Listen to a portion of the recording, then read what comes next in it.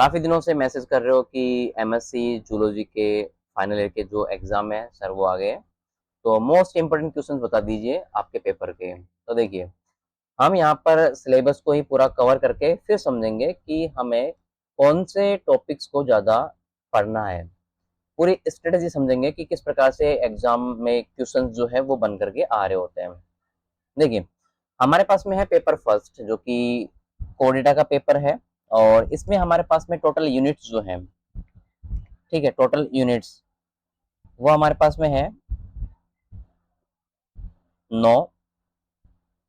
ठीक है, और 9 में से अगर आप देखोगे तो हमें एक यूनिट जो है उसके सब पॉइंट जो है वो ज्यादा लंबे हैं। जैसे कि यूनिट नंबर 5 की अगर मैं बात करूं तो उसमें सब पॉइंट से 5.1 से लेकर के 5.14 तक के टॉपिक्स है वहां पे।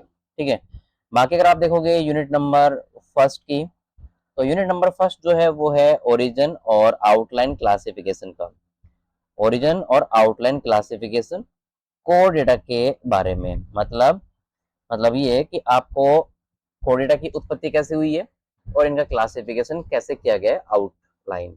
इसमें आपको सारे के सारे जो कोर डेटा में आने वाले एनिमल्स हैं उनको क्लासिफाई करना पड़ेगा, एक चार्ट बनाना पड़ेगा। तो ये एक सिंगल यूनिट है। तो ये वाली यूनिट जो है वो एक बार तो 20 मार्क्स तक आई थी, मतलब बड़ा क्वेश्चन अकेला ही आया था इसका। ठीक है, और एक बार ये 10 नंबर में भी आया हुआ है। ठीक है, तो इस हिसाब से आप देखोगे तो आउटलाइन क्लासिफिकेशन, हाँ एक चीज जरूर याद रखना, सिर्फ एक एग्जाम में आया था, बाकी ज्यादा नहीं आ रहा। बाकी ये 5 नंबर में ही इंक्लूड किया जा रहा है इसको। तो 5 नंबर के बेसिस पे हम इसको लेके चलेंगे कि 5 नंबर में ये आ सकता है। ठीक है, और पूरा पेपर अगर हम पढ़ रहे हैं ना ये, तो इसमें सबसे पहले ये यूनिट तो आपको क्लियर होनी ही चाहिए। इसमें ज्यादा कोई बड़ा वो इशू भी नहीं है कि भाई हमें कोडेटा का क्लासिफिकेशन याद नहीं हो सकता, ये आपको याद करना ही पड़ेगा। इसके बाद ही आप बाकी के जो और टॉपिक्स है ना उसको आप समझ पाओगे। तो ये तो सबसे पहले कंपलसरी है, ये मान लो। ठीक है, आप चाहे 5 नंबर में आए, चाहे फिर वो 10 नंबर में आए, चाहे फिर वो 20 नंबर के बेसिस पर आए। ठीक है, फिर दूसरा आता है हमारे पास में सेकंड नंबर की जो यूनिट है। सेकंड नंबर की जो यूनिट है वो है inter relationship Hemichordata, Urochordata and Cephalochordata. यानी कि जब आप इस यूनिट को समझोगे तो उसमें आपको लगेगा कि हमारे कोडेटा को आगे क्लासिफाई किया गया सब फाइलम के अंदर, क्योंकि कोडेटा क्या है, फाइलम है। तो जो सब फाइलम यहाँ पे दिए गए हैं, एक तो है हेमिकोडेटा, एक है यूरोकोडेटा, एक है सेफेलोकोडेटा। ठीक है, इसके अलावा होता है वर्टिब्रेटा। ठीक है, तो यहाँ पर वर्टिब्रेटा का नहीं पूछा है, बट यहाँ पर रिलेशनशिप पूछे हैं विथ अदर ड्यूटेरोस्टोम्स के साथ में। अदर ड्यूटेरोस्टोम्स और कौन से रह गए हैं, तो अदर ड्यूटेरोस्टोम्स में हमारे पास में रह गए हैं वर्टिब्रेट्स रह गए हैं। ठीक है, क्योंकि वर्टिब्रेट्स में भी एनिमल्स ड्यूटेरोस्टोम्स में ही इंक्लूड है, और बाकी के हमारे पास में इकाइनोडर्मेटा। ठीक है, और हेमिकोडेटा ये शामिल है। तो हेमिकोडेटा का यहाँ पे स्पष्ट दिया हुआ है कि हेमिकोडेटा का रिलेशनशिप आपको बताना पड़ेगा यूरोकोडेटा के साथ में, और हेमी का ही आपको सिफेलोकोडेटा के साथ में भी रिलेशनशिप समझाना पड़ेगा। तो सीधी सी बात एक है कि सब फाइलम आपको याद रखने पड़ेंगे, हेमिकोडेटा, सिफेलोकोडेटा और यूरोकोडेटा। इसके ऊपर डेफिनेट 5 या 10 नंबर में क्वेश्चन बनता ही है। ठीक है, फिर तीसरा आता है लाइफ साइकिल। लाइफ साइकिल ज्यादा इंपॉर्टेंट है। क्यों? क्योंकि इसमें से हमारे पास में जो एग्जाम्पल दिए हुए हैं ना, इन एग्जाम्पल्स को पेपर में डेफिनेट पूछता है। मतलब डेफिनेट मैं इसलिए बोल रहा हूँ क्योंकि ये लगभग लगभग हर एग्जाम में इनमें से एक ना एक क्वेश्चन आया हुआ है। ठीक है, जैसे कि हमारे पास में एक कैटेगरी दी गई है कि लाइफ हिस्ट्री आपको समझानी है ना। लाइफ हिस्टोरीज किस किस की, एक तो सेसाइल टाइप के और एक पेलेजिक टूनिकेट टाइप के एनिमल्स के बारे में। तो आप अगर इसको थोड़ा सा डीप में पढ़ोगे, जो हमारे पास में एक कोडेटा का क्लासिफिकेशन है, तो उसमें आप समझोगे कि कुछ फाइलम्स यानी कि हमारे पास में सेसाइल टाइप के एनिमल रखने वाले भी हैं, और कुछ हमारे पास में पेलेजिक टाइप के एनिमल्स भी हैं। हालांकि पेलेजिक को यहाँ पर डिफाइन भी कर दिया गया है कि ट्यूनिकेट्स के बारे में समझाना है। ठीक है, तो ट्यूनिकेट्स एनिमल कौन कौन से हैं, तो यहाँ पर एग्जाम्पल दिए गए हैं सेसाइल के भी और ट्यूनिकेट्स के भी। अब एसिडिया है, पायरोसोमा है, साल्पा है, डोलियोलम है, और एक और है ओइकोप्लूरा। तो ये 5 एग्जाम्पल जो है उनकी आपको लाइफ हिस्टोरीज बतानी है। ठीक है, तो इनमें से 4 तो ये मान के चलो आपको कंफर्म तैयार करनी है, स्टडी करनी है उनकी चारों की। तो ठीक है।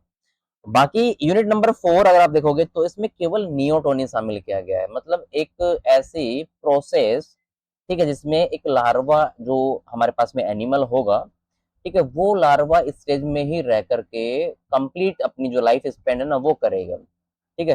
तो ये वाली जो प्रोसेस है वो नियोटोनी कहलाती है। तो ये 5 नंबर के बेसिस पे ही क्वेश्चन इस पे बनता है। हाँ, ब्रीफ हिस्ट्री के बारे में पूछ सकता है आपसे नियोटोनी के ऊपर। तो मेरा कहने का मतलब ये है इसमें कि आप सोच रहे होंगे कि आप तो सर सारा बता रहे हो। मेरा कहने का मतलब ये है कि अगर मैं इसको तैयार करूंगा इन यूनिट्स को, तो मैं कैसे तैयार करूंगा। सबसे पहले तो मैं आउटलाइन क्लासिफिकेशन जो है यूनिट नंबर 1 से, उसको मैं क्लियर कर लूंगा, ठीक है।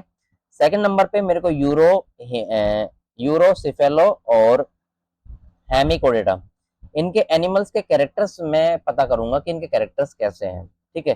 तो ही मैं इनके बीच का जो इंटर रिलेशनशिप है ना वो ही तो डिफाइन कर पाऊंगा ना मैं।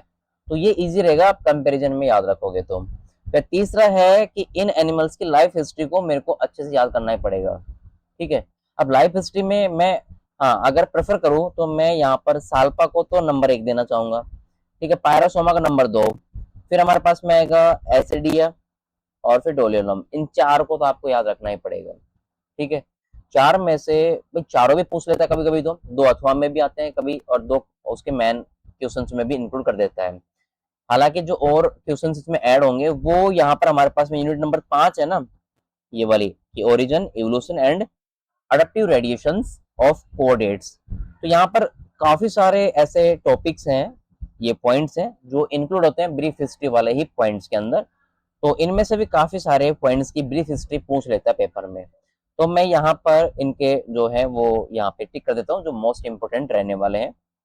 जैसे कि फर्स्ट हमारे पास में बोनीफिस का अडेप्टिव रेडिएशन बोनीफिस, ये इंपॉर्टेंट है, ठीक है, ये 10 नंबर में भी आ सकता है।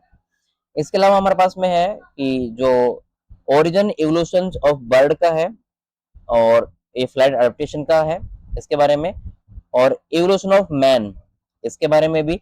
और 10 नंबर में ये क्वेश्चन आया हुआ है क्योंकि ये बड़ा क्वेश्चन है, लिविंग रेप्टाइल्स, साथ में इसका brief account of Rhynchocephalia, Chelonia, Crocodilia and Squamata के बारे में।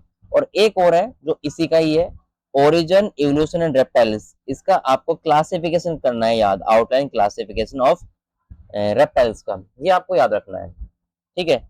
इसके अलावा हमारे पास में प्लेकोड्रम वाला भी है, जियोलॉजिकल टाइम स्केल भी है, ठीक है।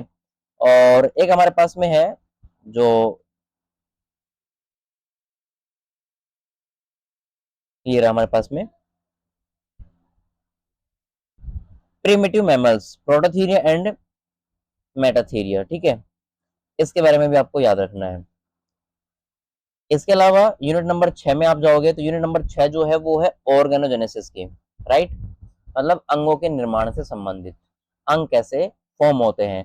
तो यहाँ पर 6 में 6.1 है, 6.2 है एंड 6.3 है। तो यहाँ पर अगर आप 6.3 देखोगे तो यहाँ स्पेशली ऑर्गन का फॉर्मेशन ही बताया हुआ है, यहाँ पे 3 ऑर्गन का फॉर्मेशन है। ऑर्गन फॉर्मेशन में अगर आप देखोगे ना तो इसमें से क्वेश्चन आता है। तो पहला तो है हार्ट, हार्ट का फॉर्मेशन, दूसरा है आई, और तीसरा यहाँ पे दिया गया है एलिमेंट्री कैनाल का, ठीक है, एलिमेंट्री कैनाल। साथ में इनके एसेसरी जो ऑर्गन है ना वो भी बताना आपको पड़ेंगे कि भाई वो कैसे बन जाते हैं। तो मेरे हिसाब से जो क्वेश्चंस यहाँ पे पूछे जाते हैं मैं आपको बता रहा हूँ कि जो हार्ट है ये सबसे बेस्ट रहेगा, आप इसे याद कीजिए, ठीक है। बाकी 6.2 में अगर आप देखोगे तो यहाँ पर मोर्फोजेनेसिस बताया हुआ है ब्रेन का, न्यूरल सेल्स के बारे में, और इनके एसेसरी जो ऑर्गन्स है ना उसके बारे में बताया हुआ है। साथ ही अगर 6.1 में देखोगे तो मॉर्फोजेनेटिक प्रोसेस, इसमें एपिथेलिया, मेसेनकाइम और ऑर्गन फॉर्मेशन के बारे में दिया हुआ है।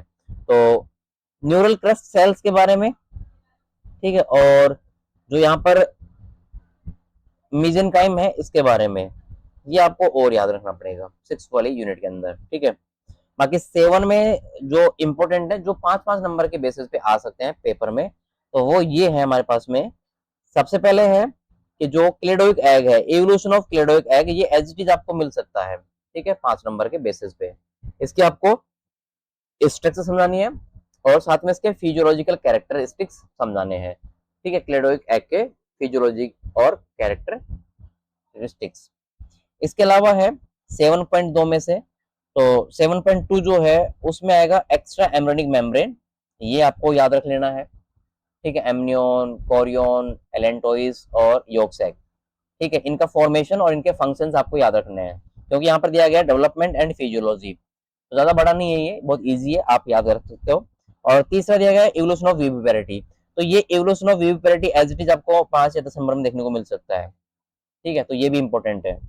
इसके अलावा 7.4 में से 5 नंबर में आ सकता है प्लेसेंटा का, और 20 नंबर का भी हो सकता है प्लेसेंटा का, याद रखना, क्योंकि प्लेसेंटा का जो डेवलपमेंट होता है वो बहुत बड़ा होता है, ठीक है, और मोस्ट इंपोर्टेंट भी है हमारे स्कोर डेटा के अंदर। इसके अलावा 8 यूनिट जो है वो 20 नंबर के बेसिस पे है, और 9 यूनिट जो है वो भी 20 नंबर के बेसिस पे ही है, बड़े क्वेश्चन, मतलब 4 नंबर का क्वेश्चन और 5 नंबर क्वेश्चन भी इन्हीं में से पूछते हैं अधिकतर। तो इसमें से आपको क्या करना है कि एक तो ये है मेटामॉर्फोसिस का फिजियोलॉजी और स्ट्रक्चरल चेंजेस, ठीक है, और दूसरा है एंडोक्राइन कंट्रोल और मेटामॉर्फोसिस, ये 5 नंबर में और 10 नंबर में शामिल होता है। साथ ही साथ इसमें ये भी दिया गया है कि जो रीजनरेशन प्रोसेस है, इसमें देखोगे तो आप morphological histological process in amphibia limb regeneration का, और ये वाला क्वेश्चंस, ठीक है, क्योंकि पहला वाला तो क्या है, टाइप्स ऑफ रीजनरेशन है, वो आपको इजीली याद होंगे ही होंगे, 4 प्रकार के जो रीजनरेशन होते हैं उसके बारे में, उसमें आपको ज्यादा बड़ा नहीं है, बाकी तो ये मैं आपको बता रहा हूँ 2 पॉइंट, ये 20-20 नंबर के बेसिस पे है, और ये 2 पॉइंट 20-20 नंबर के बेसिस पे है। मैं चाहूँ तो इस पे दोबारा टिक कर सकता हूँ, रुको 1 मिनट। फर्स्ट है हमारे पास में ये वाला 8.2 और 8, ये दोनों हो गए, ठीक है, इसमें है 9 और 9.3 दोनों, और डेवलपमेंट में तो ये हो ही गया, एक्स्ट्रा एम्ब्रियोनिक मेम्ब्रेन के बारे में हो गया, क्लेडोइक एग का एचडीज हो गया, ठीक है, ये वाले पॉइंट्स। बाकी हार्ट का डेवलपमेंट मैंने समझाया है, हार्ट का डेवलपमेंट आप याद रखना इसमें, और बाकी इसमें से देखो ना 5 पॉइंट जो 14 है, एवोल्यूशन ऑफ मैन, ये वाला भी, डायनासोर का भी आ सकता है, ठीक है, तो इस हिसाब से आपको याद रखना है भाई। अब आप कहोगे सर ये तो लगभग लगभग पूरा ही हो गया, तो पूरे में से ही तो छोटे छोटे टुकड़े में आपको देगा ना पूरा पेपर। आप प्रीवियस टाइप के पेपर देखना, उसमें आपको लगेगा कि भाई 5-5 नंबर में सारा ही सिलेबस कवर कर दिया गया है, तो 5-5 नंबर के हिसाब से सिलेबस को आपको ऐसे ही तो कवर करना पड़ेगा ना। हाँ, अगर मैं मान सकता हूँ कि बड़ा क्वेश्चन पूछे, आप बैक में जाओगे ना, 1-2 साल पहले जाओगे आप, तो उसमें आपको लगेगा कि बड़े क्वेश्चन ही पूछे 20 नंबर का एक ही, तो 20 नंबर का एक एक जो है वो ये बन जाएगा पूरा, morphological and histological process in amphibian limb regeneration को आप डिफाइन करो, ठीक है, तो ये पूरा अकेला 20 नंबर में जा रहा है। अब इसको टुकड़ों में देगा आपको, लिम्ब रीजनरेशन प्रोसेस को आपको टुकड़े में देगा, ठीक है, हिस्टोलॉजिकल प्रोसेस पूछ लेगा आपसे, उसी में पूछ लेगा कि इंसेक्ट के अंदर जो एंडोक्राइन कंट्रोल होता है मेटामॉर्फोसिस का, वो पूछ लेगा आपसे, एक्स्ट्रा एम्ब्रियोनिक मेम्ब्रेन का एक पार्ट पूछ लेगा, तो 3 पार्ट बन रहे हैं ना एक ही क्वेश्चन में 20 नंबर के में, तो ये है इसकी जो स्ट्रेटेजी है एग्जाम में पेपर पूछने की, तो इस हिसाब से आपको याद रखना है, ठीक है। अब इनके नोट्स तैयारी कैसे करनी है, तो हमने ऑलरेडी ये क्लास में पूरा कवर किया हुआ है, लगभग लगभग कवर किया हुआ है, फिर भी एक बार मैं आपको ये पूरे पूरे जो टॉपिक है ना वो रिपीट करवा दूंगा ऑनलाइन ही, इसकी वीडियो डाल करके, ठीक है, जो आसानी से आप समझ सको, इसको आप 2x कर लेना, स्पीड को बढ़ा करके भी आप जल्दी देख सकते हो।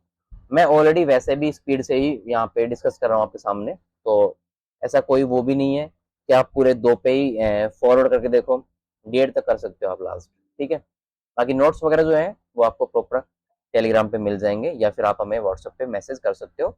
व्हाट्सएप टेलीग्राम का जो लिंक है वो मैंने वीडियो के डिस्क्रिप्शन में नीचे ऐड किया हुआ है, वहां जाकर के आप ज्वाइन और पीडीएफ को डाउनलोड कर सकते हो। बाकी अगर आप एमएससी किसी दूसरे कॉलेज से हो और आपके पास नोट्स वगैरह नहीं है, तो फिर आप हमारे टेलीग्राम चैनल पे आकर के ज्वाइन कर सकते हो, ठीक है।